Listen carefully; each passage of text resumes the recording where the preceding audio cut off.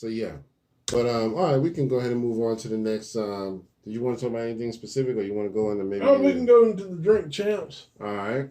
So yeah, my man's Irv Gotti and Ja Rule did an episode, this latest episode of Drink Champs, and it was a pretty good one. Now they both have actually been on the show before, just separately. Okay. Ja was on there one time by himself, and Irv was on there one time by himself, but they decided to do it together. Now, cause Ja was pretty much outside of Mike Geronimo was his first artist. Yeah, I believe so. Yeah. And you know, for the most part of the interview, it's mostly Irv talking because Irv, you could tell he was trying to get some stuff off his chest because they asked him about Ashanti, and you know, basically she had recently, not too long ago, got a star. Like a Walk of Fame star or something like that. Yeah, on a Hollywood Hall of Fame. Yeah. And he didn't show up. So it was like, you know, Nori was like, I was wondering, why weren't you there? And he was talking about how basically him and Ashanti don't get along no more. Ooh. And I didn't know that. But basically what happened, which this took up most of the whole show, he went on to explain that Ashanti approached him saying, I want my masters. So, you know, this is a big conversation now in the music business, you know, whether you should take your own masters or leave them. And basically, Irv denied her. It was like, no. And I get his reasoning. You know, he was like, basically, the artists can keep making money. All they got to do is keep doing tours every now and then. You know, they get little residuals. But somebody like me, who's the producer or manager behind the scenes, I don't get no more money after you stop making music. Yeah. So he was like, that's the only way I can make any residual income is by owning your masters so I can get paid when the song gets played and that kind of stuff. So I get that, you know what I mean? But I don't know. I guess for me, I wouldn't make a big deal out of it. If I were him, you know, I name the price. You know, this is going to cost you. If you really want these masters, here's my price. I wouldn't just say flat out no. Because I'd be like, I'd say, yeah, I got to eat too. You know what I mean? And I can't, you know what I mean? This gives me monthly income. So if I sell it to you, I'm done. Yeah, that kind of posed a problem. Yeah. Because I think, and really, honestly, I kind of overheard someone saying this again. Heard saying this, I don't know if it was Carcino or, but he's like, shit, if you really think about that Murder Inc. catalog as far as like the rappers, the artist, the person that was the most fired was Ashanti out of that whole camp.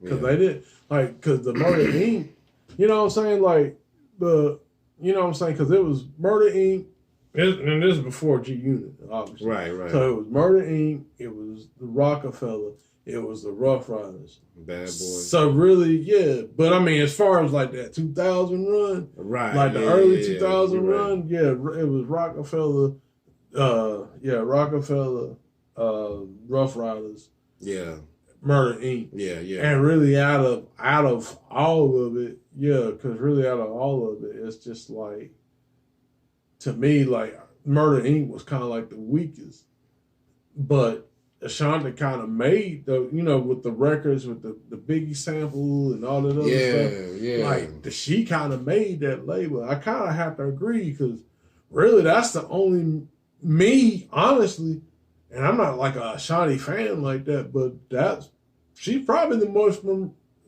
memorable one outside of Ja. Yeah.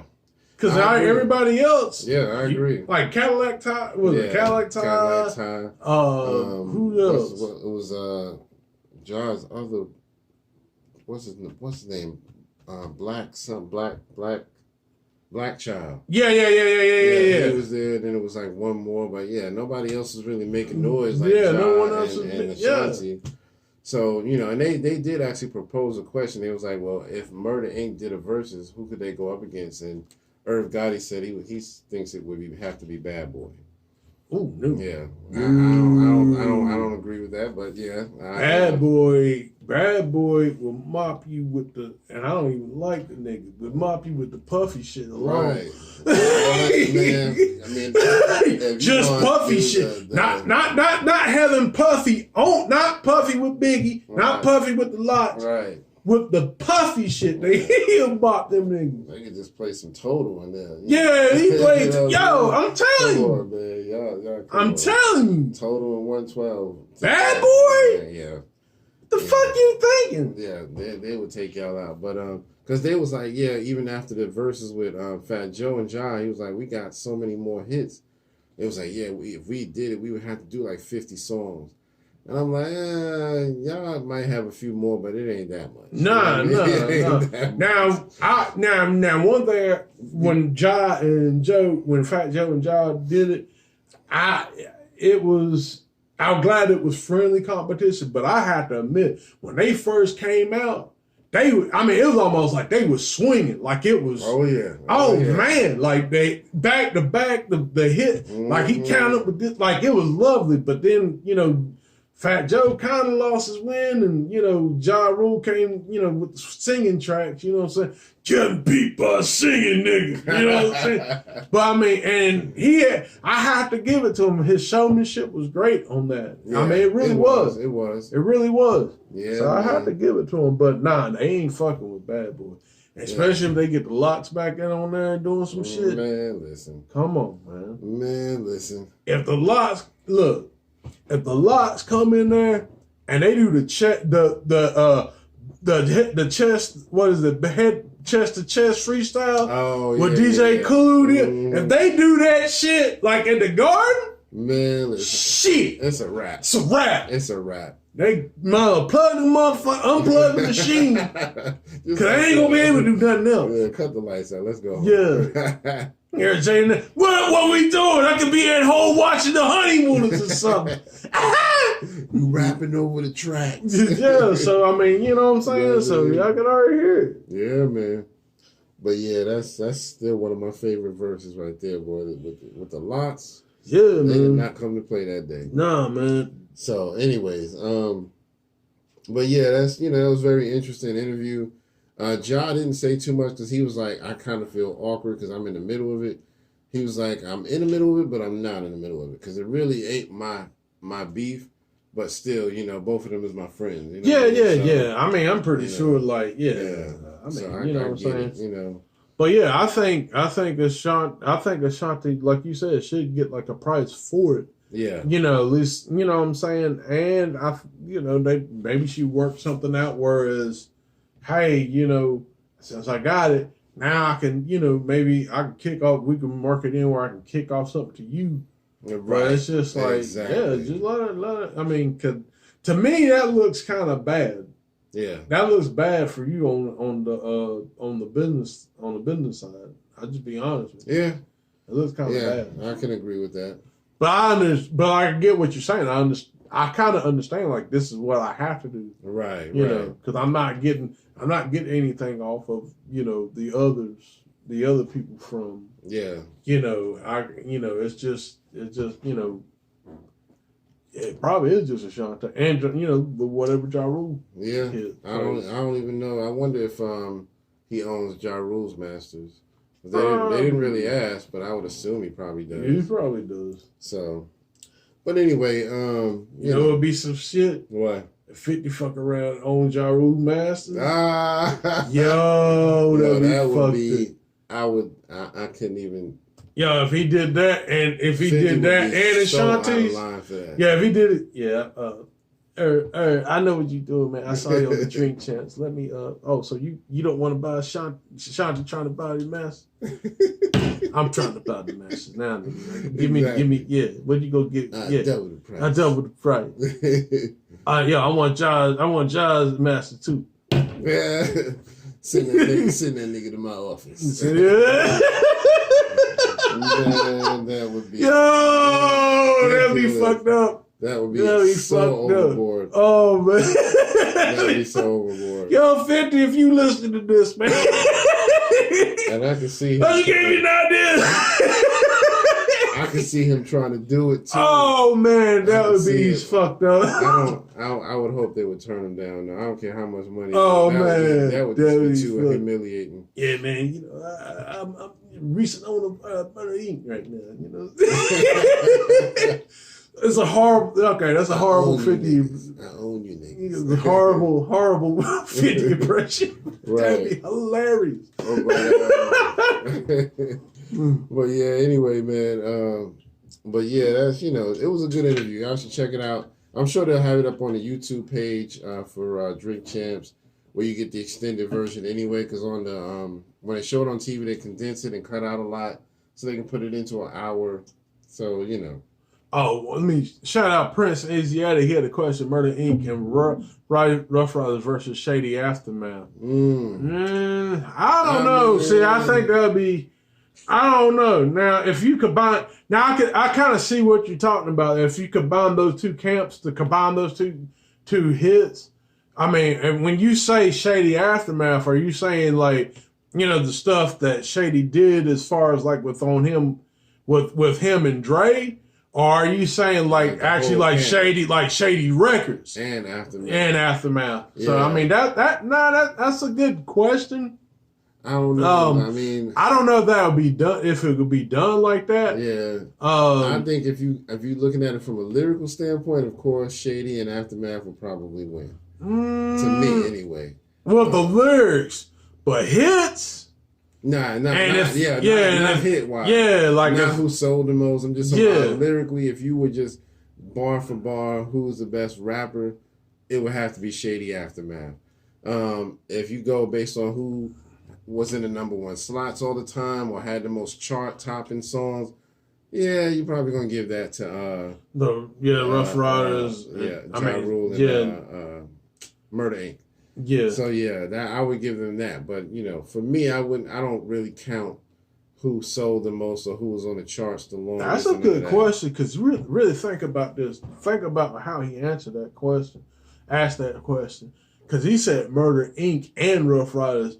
It seems like to me Murder Inc. would have to piggyback off of somebody to really get into the verses. You know what I'm saying? Yeah, that's true. You know what I'm saying? That's the way I look at that. That's a good question, man. That is hard though, because if you add Rough Riders in there, that makes it even more interesting. Yeah. So I hadn't even really put it on. I would like to see now if Murder Inc. Rough Riders versus The Rock.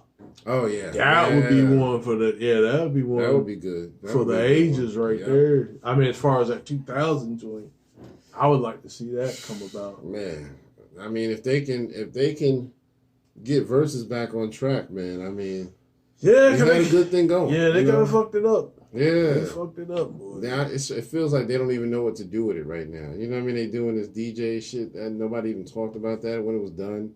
I don't even think that one was free. I think that one you had to pay for. See.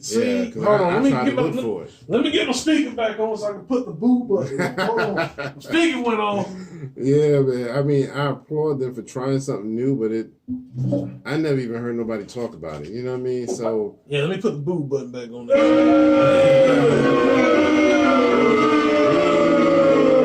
Yeah, man. I mean, to me, it just kind of went downhill with the Cypress Hill and Onyx thing, man. Yeah, I really felt bad about that because I was really looking forward to you and me. We were both hyping it up. It's like, man, it's gonna be. I'm well here, and then like, right? Nothing. It's like, where the fuck is it? What happened? Yeah, nothing. And it's like and it's like there was no warning, nothing. Yeah. Nothing. Yeah, that was them trying to test the waters on something new. Yeah, you can't do that with a. Yeah, like I said, you can't do that with a legendary group like that. You gotta, you know what I'm saying? If you have, if you have somebody that's coming up or someone that's not that well known, you trying to do stuff, which is still kind of messed up to that artist. You know what I'm saying? Because that was the whole thing about the verses. They was, you're going to get spins and, you getting spins and other people looking at your stuff. But with that happening, Yep. So yeah, man. Y'all just let us know y'all opinion about the whole thing. Ja Rule, Irv Gotti, Murder Inc. They were a big force to be reckoned with back in the day. And I mean, one of the first things they said, when how Nori tried to open the show by giving you flowers. Yeah. So he was like, this is honestly, he was talking about Ja. He said, this is somebody who people are still biting his style to this day. Oh, I agree. Which they are, you know. Oh, I agree. I mean, the singing rap. Mm-hmm. Yeah, I mean him. He opened that up, man. Yeah, him and Nelly. That's what I'm saying. I would love to see him and Nelly win at it because they both kind of had those styles. Yeah, now that would have been good. Yeah, that would have been good. Him versus Nelly. Because that's what I'm saying. They put Nelly up against Ludacris. That ain't no sense. Man. I wanted Ludacris to go up against somebody more lyrical because I'm like, dude, I mean, Luda is a force, man, and I mean, lyricism and everything, and I mean, Nelly is a force on the pop side. He raps, but his stuff is more poppy, and so you know, Luda wasn't always into the pop stuff. Luda did more so, you know, main hip hop underground. He just sold a lot, you know. And he did good representing the whole South and all that. Yeah, so I was really annoyed at that one. So I would love to see Luda get a do-over, not a makeover. But anyway, I guess we can go ahead and move on. So, what you want to talk about now? Let's talk about the Just Ice joint. All right, so Just Ice, you know, the hip hop veteran from the '80s. You know, he was, you know, doing a lot back then. He doesn't really do too much these days, but he did an interview with allhiphop.com where they talked about him back then, and he talked about, you know, he said he considers himself the first real gangster rapper. He said that people like Ice-T and Schoolie D, you know, people give them a lot of respect, but he was like, they wasn't really talking about shit, you know. And I don't know, he kind of sounded a little salty, but, you know, I get what he's saying. You know, he's saying that basically he was real gangster. They were kind of maybe throwing a little bit of gangster stuff in there. So, you know, and that was kind of how Ice-T was, because Ice-T focused a lot more on the pimping stuff. He was always talking more so about it. He's talked a little bit about the gangster stuff, but he was into pimping them hoes, you know. But one thing I give D was kind of hard though. The only thing I give to Ice-T, especially if you go back and listen to Home Invasion, man. Oh yeah, he did drop some knowledge. That's one thing I can say about him. Like, I feel like he's like a watered down KRS-One on certain topics. Okay. I mean, you know what I'm saying? Now, as far as like the rapping, because he even said himself, like, I'm probably not the best rapper. You know what I'm saying? But it's just certain things that Ice-T did. I mean, for him to be Eminem's like influence, because I mean, Eminem was really heavily influenced by Ice-T. You know what I'm saying? He can't be no slouch. Right, you know what I'm saying? So, man, we're going back to Just Ice. Go ahead. Oh, and one more thing about Just Ice. I forgot. He actually released new music. Okay. About 2 or 3 weeks ago, and I didn't know about it. And I apologize because I forgot to write down. The name of the song, but he got it produced by one of the early hip hop producers, Mantronics. Okay. Wow. Yeah, and Mantronics is dope too. Mantronics. Yeah, Mantronics. So Mantronics' real name is actually Curtis. FYI. Curtis. Ding. The more you know. Oh shit. But yeah, so the song actually sounds pretty dope. The beat is real boom bap. You know, he still got his old school flow, so you know, he's not trying to change that for anybody. So, but it's still a solid song. I would definitely suggest y'all go listen to it. I'll go back and maybe share it on our Facebook page. But I forgot the name.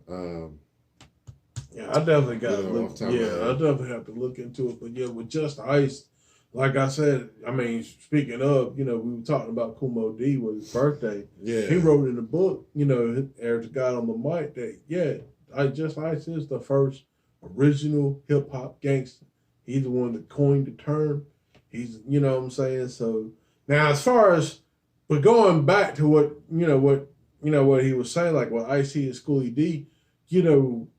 Before NWA, you know what I'm saying? A lot of people were thinking like certain people were gangsters. Like a lot of people were thinking like Rakim and Eric B and Rakim were gangsters. Yeah. As soon as NWA came out, it's like that shit went out the window. Right. Because it's just like because see, NWA showed another side to like the gangster stuff. Like, you know what I'm saying? How things was in L.A. Yeah, you know what I'm they came saying? from that gang culture. Yeah. Hell, they was doing interviews with AK-47s. They were doing they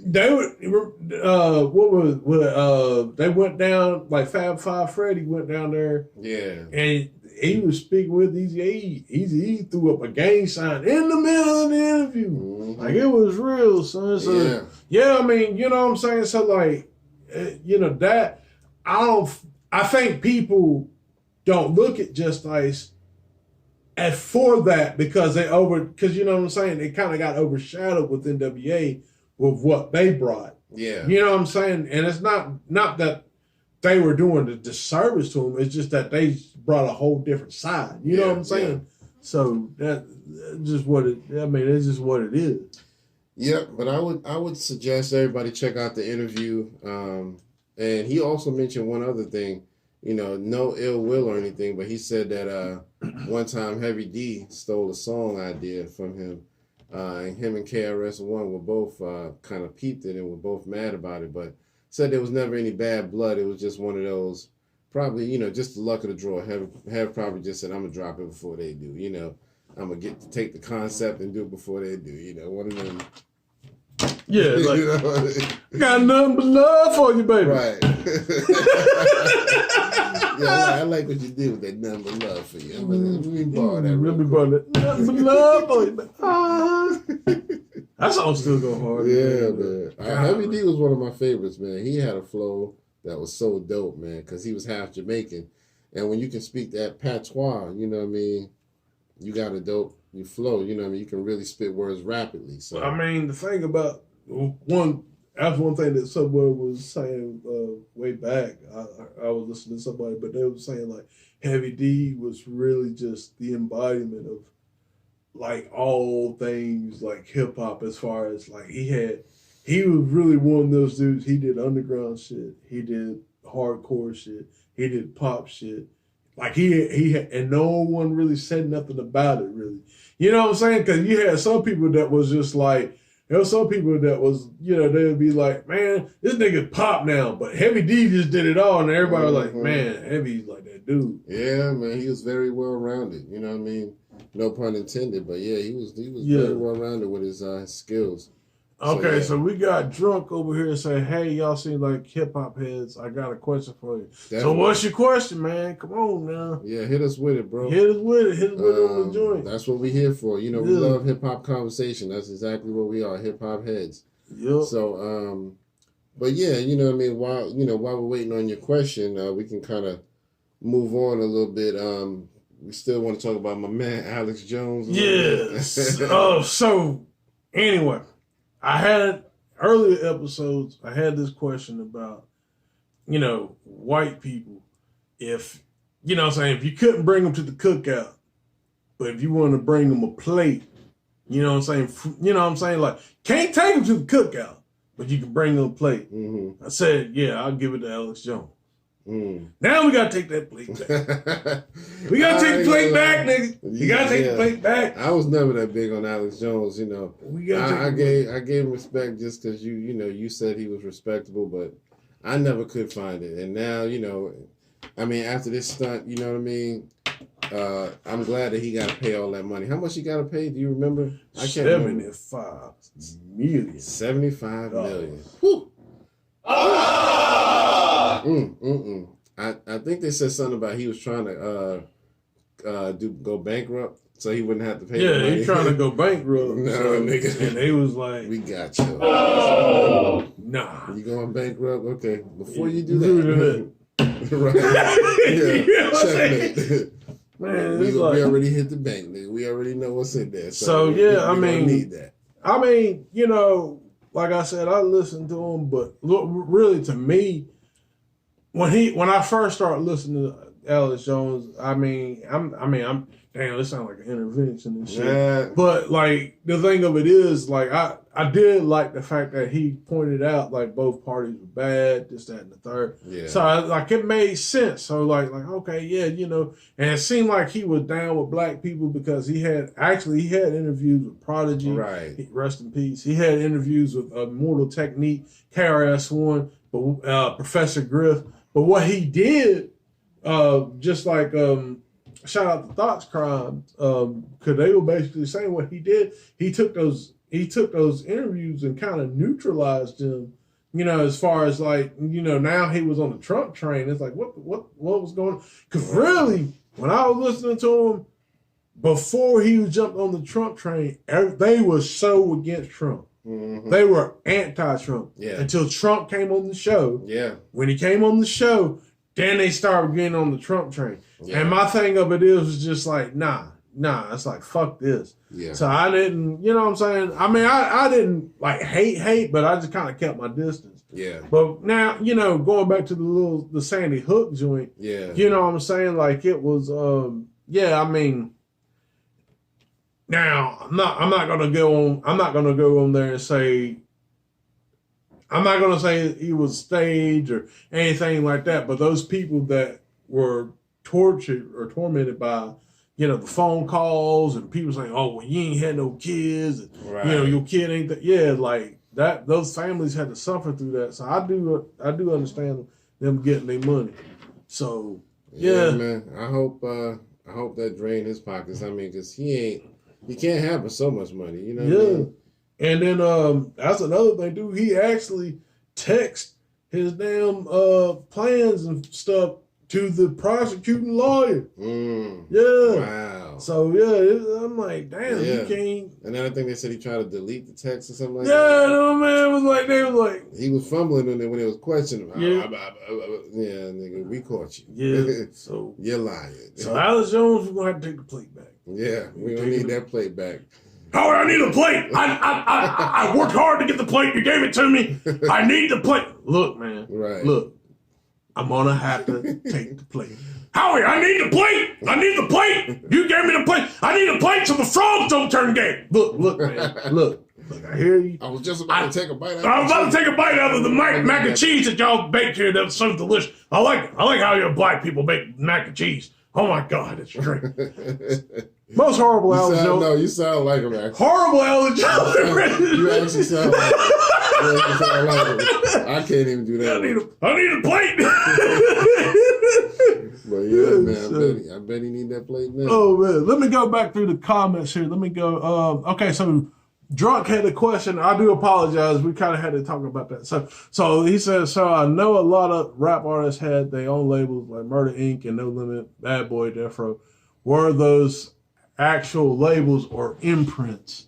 Okay, because new rappers say they got their own label, but they be imprints under big labels like Atlantic and Universal. That is a great question. Yeah. Me personally, I mean, I don't know. I mean, as far as like Death Row, I would say that they. I don't want to say they were a subsidiary. I think there were a lot more real labels back then, but it may not be as many now. But I mean, I would assume there were more real back then. But I mean, they don't do things the way they used to back. Now it's because there's no printing of CDs no more hardly, or records and stuff like that, and they just do things different. Everything is just so online, so anybody can say they got a record label. Well, I think with Death Row and stuff, I think they probably. Now, this is just me speculating because I don't listen. I don't have the answer to everything. I'm gonna tell you that right now.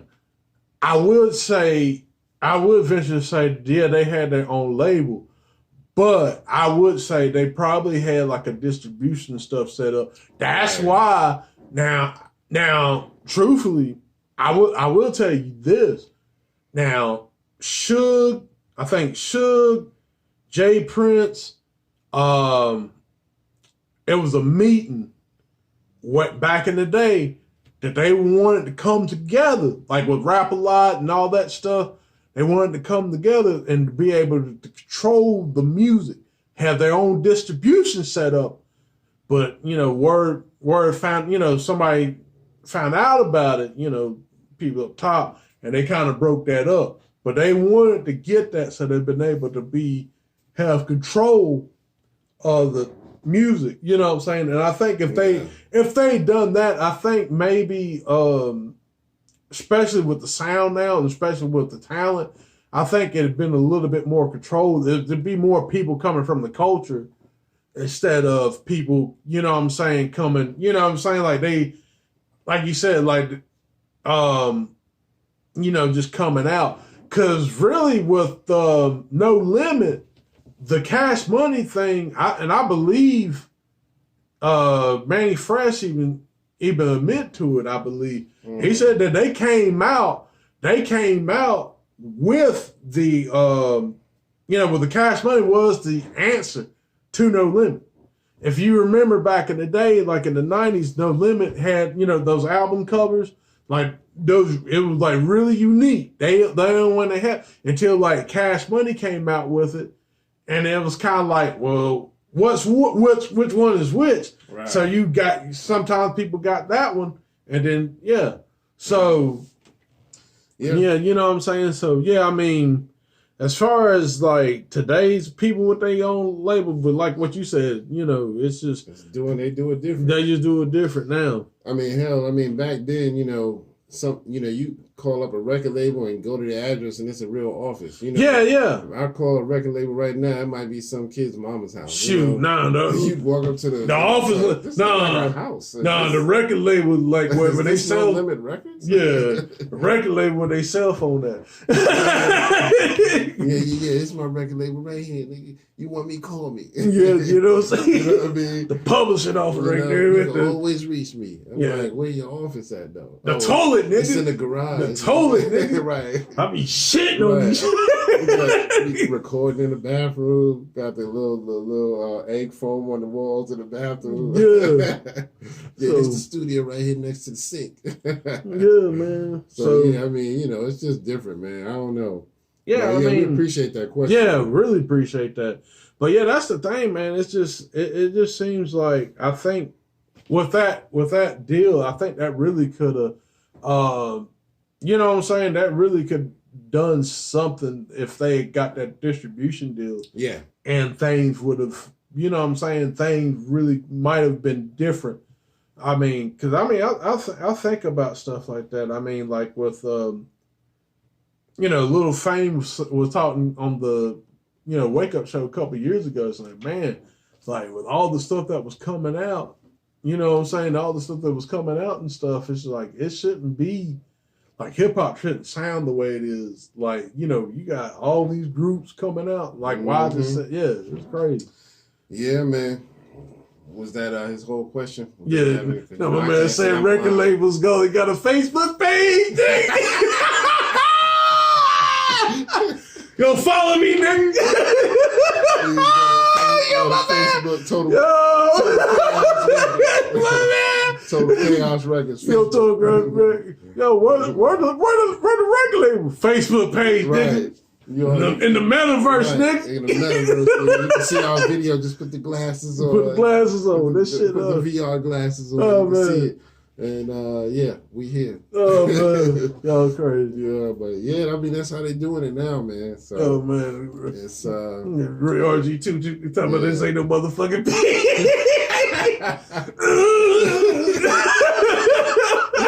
Yeah, man. And he said Luda was slept on. Oh, definitely. Luda was a giant, man. I always felt like that, man.